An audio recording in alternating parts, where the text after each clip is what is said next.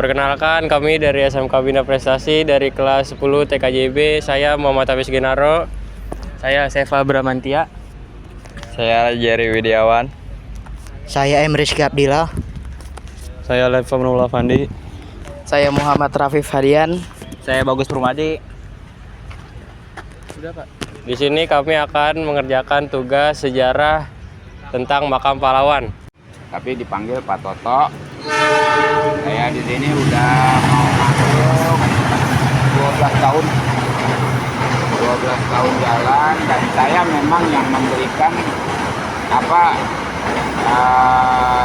memberikan satu informasi atau yang memberikan panduan-panduan untuk para pelajar SMP, SMA dan mahasiswa. Khususnya.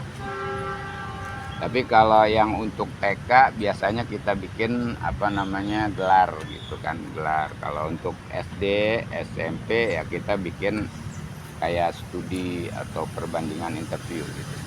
Ya. Kalau di sini namanya Taman Makam Pahlawan Patriot Bangsa. Arealnya sekitar untuk makam itu 1 hektar lebih atau 10.000 meter persegi. Dan ditambah dengan parkiran kita 30 atau mau masuk 100 ke 200 meter persegi. Jadi sekitar 1 hektar lebih untuk areal makam. Untuk makam di sini semuanya banyaknya para pejuang. Para pejuang seperti BBRI, Hizbullah, BKR, TKR, TRI. Terlebihnya TNI yang memang sudah menjadi tugas. Atau ada yang kenal BBRI? Belum itu tahu ada tuh, Pak. BBRI di situ. Ada Hizbullah. Kalau veteran itu biasanya mereka yang udah lansia, udah tugas, dan mereka masih menikmati kemerdekaan hidup. Biasanya veteran-veteran itu, atau mereka yang udah jadi ABRI, TNI, biasanya purnawirawan. Kalau memang dia udah pensiun dari tugasan. Kalau nggak tahu BBRI itu, Bapak jelaskan, BBRI itu Barisan Banteng Republik Indonesia. Kalau TKR, Tentara Keamanan Rakyat. Kalau BKR,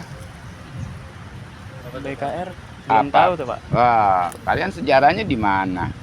BKR itu Badan Keamanan Rakyat. Tadi TKR Tentara. Beda badan sama tentara. Tentara setelah BKR. BKR itu barisan, Badan Keamanan. Kalau di zaman dulu kalian mau jadi tentara, mau jadi pejuang, tinggal masuk ke badan, ke lingkungan para pejuang, itu disebut BKR. Kalau TKR udah berbentuk forum, kayak pasukannya Kiai Haji Nur Ali, pasukannya Haji Jakaria, pasukannya Haji Hizbullah, banyak para pahlawan kita yang nggak tinggal di sini, nggak di makam di sini, tapi di kayak Mayor Marzuki itu pahlawan.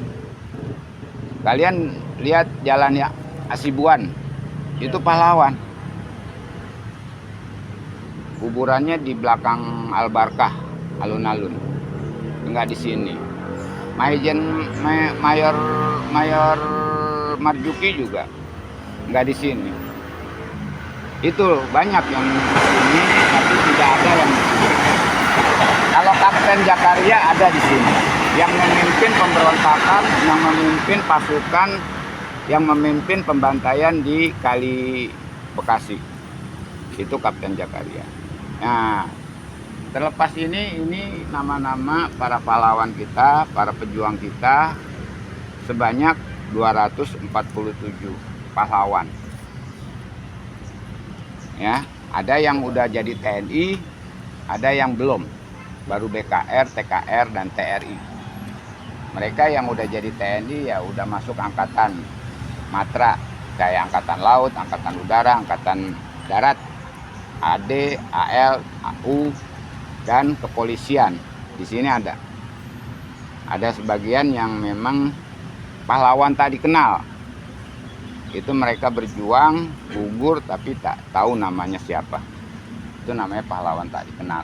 Ada 5 pahlawan tak dikenal. Oke, dari sekian Bapak bicara, siapa yang mau bertanya? Oke Pak, saya Pak mau bertanya nih Pak. Kapan sih Pak pertama kali makam ini atau kuburan ini tuh didirikan? Makam ini dirintis oleh Bapak Haji Muin Musmain, Bupati keempat di tahun 1962. Tapi dirintisnya baru dibuat pemakamannya tahun 1965.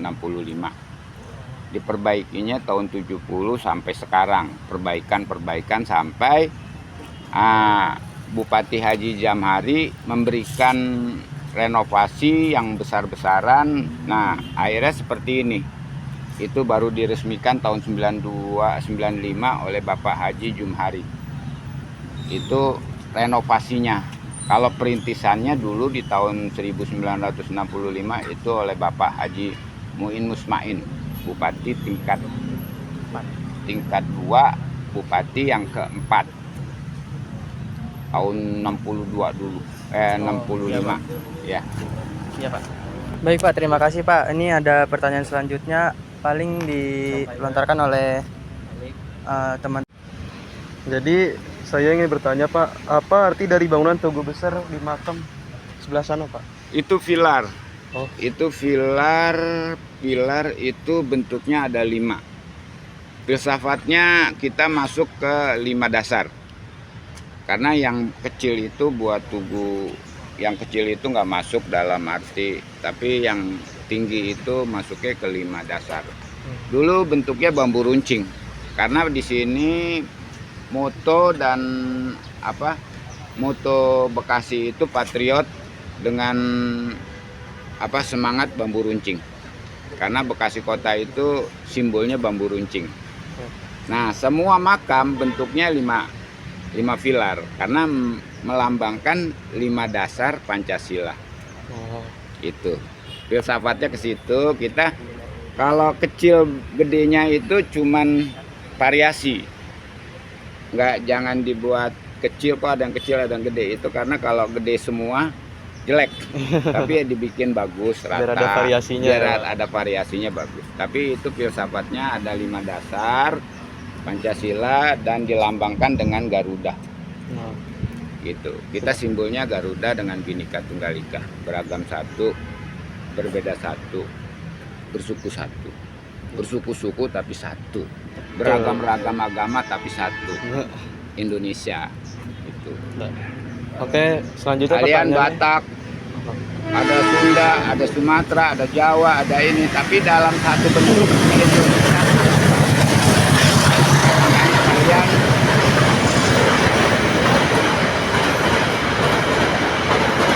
Kalian pelajar, Bapak pesan, kembangkan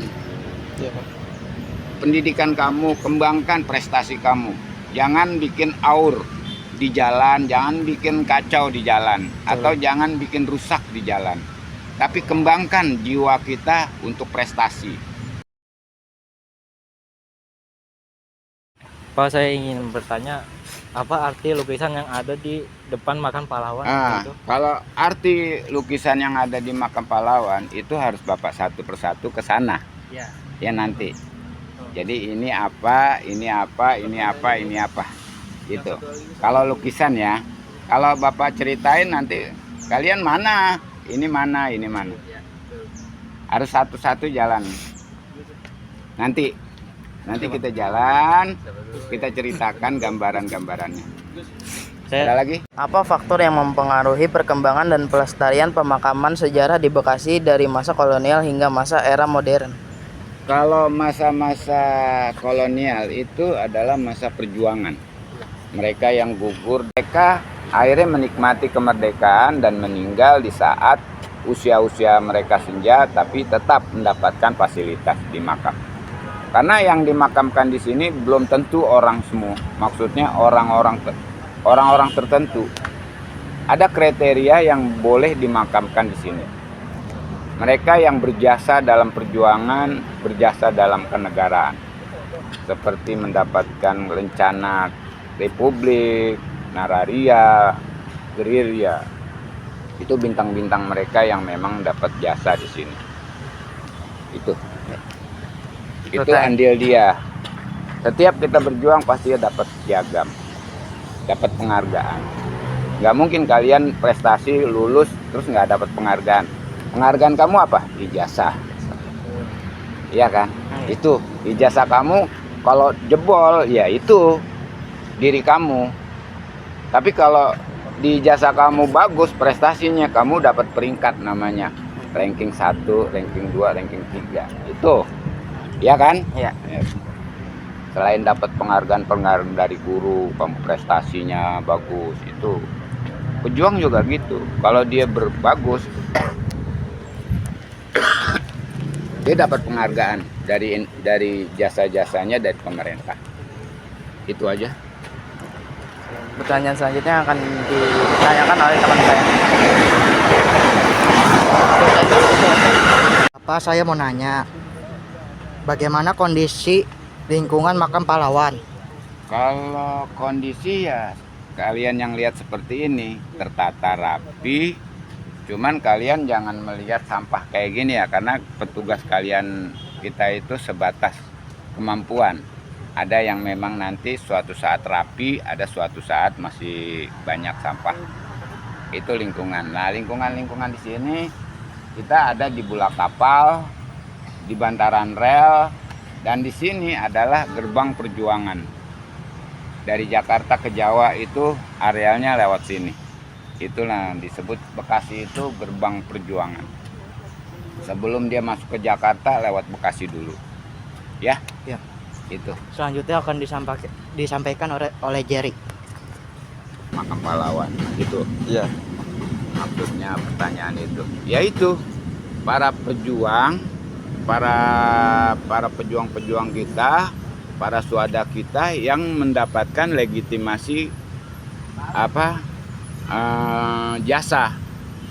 Mereka yang mendapatkan jasa-jasa itu yang berhak mendapatkan fasilitas di sini. Seperti yang jasa-jasanya adalah Eka Pratama, Eka Nararia, Eka Kencana Gerilya, Eka Kencana Republika. Itu bintang-bintang mereka yang mendapatkan di sini.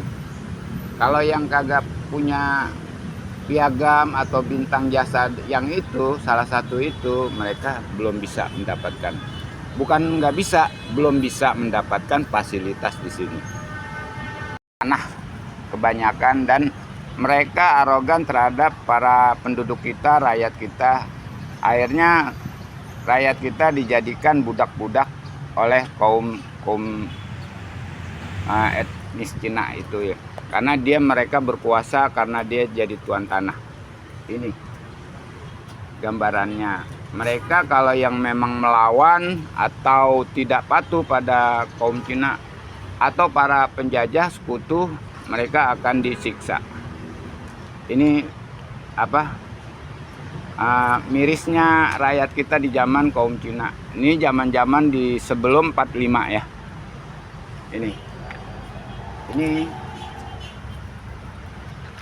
Ini kerja paksa yang dilakukan oleh para serdadu kita terhadap rakyat-rakyat kita. Ini gambaran gedung juang kita yang ada di Tambun, ya. Yang sekarang masih tersohor di Tambun. Ini gambaran gedung juang. Dulu gedung juang ini dijadikan markas Jepang, markas Belanda, dan awalnya punya seorang tokoh Cina, tapi diberikan kepada Jepang. Lalu diambil alih oleh Bapak Kiai Haji Nur Ali untuk jadi gedung untuk para pejuang-pejuang kita. Ini penyiksaan yang ada di daerah-daerah Tambun, Cikarang. Ini untuk pembuatan bantalan-bantalan rel. Ini disebut kerja-kerja rodi kita oleh rakyat kita yang kerja tapi dipaksa dengan cara kalau tidak kerja dipecut atau disiksa. Iya. Ini kerja kita. Ini perjuangan rakyat kita yang ada di Bekasi di zaman ini. Ini salah satu daerah-daerah antara Tambun, Kampung Siluman, dan Cikarang. Nah, ini di daerah dekat daerah Sasak, Bulan-Bulan, Kranji. Mereka berjuang dan tetap dalam kondisi penyiksaan terhadap kerja rodi. Ya, salah satunya ini masuk ke ranah, kalau di situ ranah sekutu atau Belanda, di sini udah masuk ke Jepang. Penyiksaan yang kedua itu di tahun 45-an, yaitu penyiksaan kerja rodi, namanya kerja paksa. Nah, ini salah satu para serdadu-serdadu Jepang yang ditangkap oleh pejuang-pejuang kita ini di areal stasiun Bekasi, dekat sana ya, dekat alun-alun itu stasiun Bekasi, tahulah. Iya. Nah, ini lalu dialihkan ke Kali Bekasi. Lalu dibantai, dibuang ke Kali Bekasi. Satu persatu dibunuh lalu dibuang. Ini mirisnya, setelah kita juga pernah dilakukan begitu, lalu dibalikin lagi untuk satu-satu dibunuh lalu dibuang ke kali. Sudah membantu kami dari SMK Bina Prestasi kelas 10 TKJB dalam mengerjakan tugas sejarah. Oke.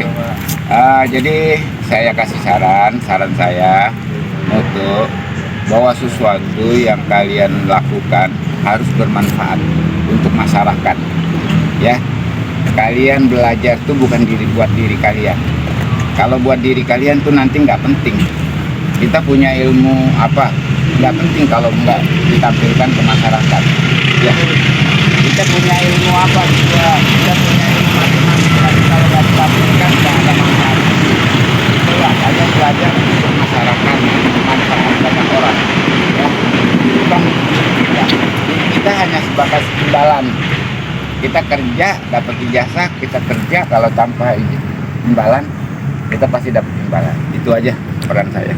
Dan kalian sebagai generasi muda belajar, manfaatkan waktu kalian yang bermanfaat, manfaatnya semanfaat mungkin. Belajar yang berguna. Kalau punya eskul silahkan cari eskul yang baik ya.